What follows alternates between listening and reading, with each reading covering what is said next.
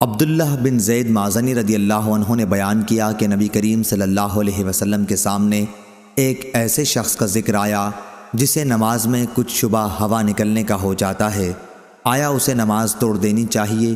فرمایا کہ نہیں، جب تک وہ آواز نہ سن لے یا بدبو نہ محسوس کر لے اس وقت تک نماز نہ توڑے۔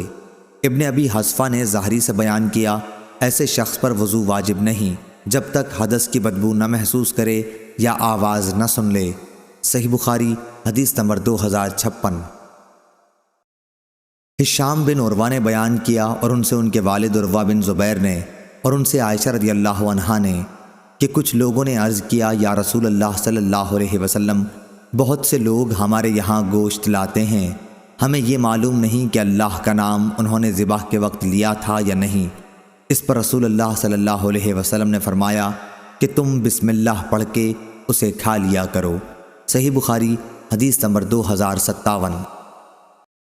جابر رضی اللہ عنہ نے بیان کیا کہ ہم رسول اللہ صلی اللہ علیہ وسلم کے ساتھ جمعہ کی نماز پڑھ رہے تھے، یعنی خطبہ سن رہے تھے کہ ملک شام سے کچھ اونٹ کھانے کا سامان تجارت لے کر آئے۔ سب نمازی لوگ ان کی طرف متوجہ ہو گئے اور رسول اللہ صلی اللہ علیہ وسلم کے ساتھ 12 آدمیوں کے سوا اور کوئی باقی نہ رہا۔ اس پر یہ آیت نازل ہوئی، جب وہ مال تجارت یا کوئی تماشا دیکھتے ہیں تو اس کی طرف دوڑ پڑتے ہیں۔ صحیح بخاری حدیث نمبر 2058۔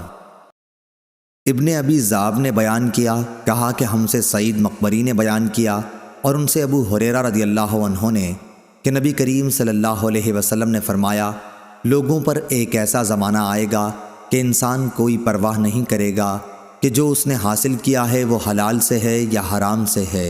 صحیح بخاری حدیث نمبر 2059۔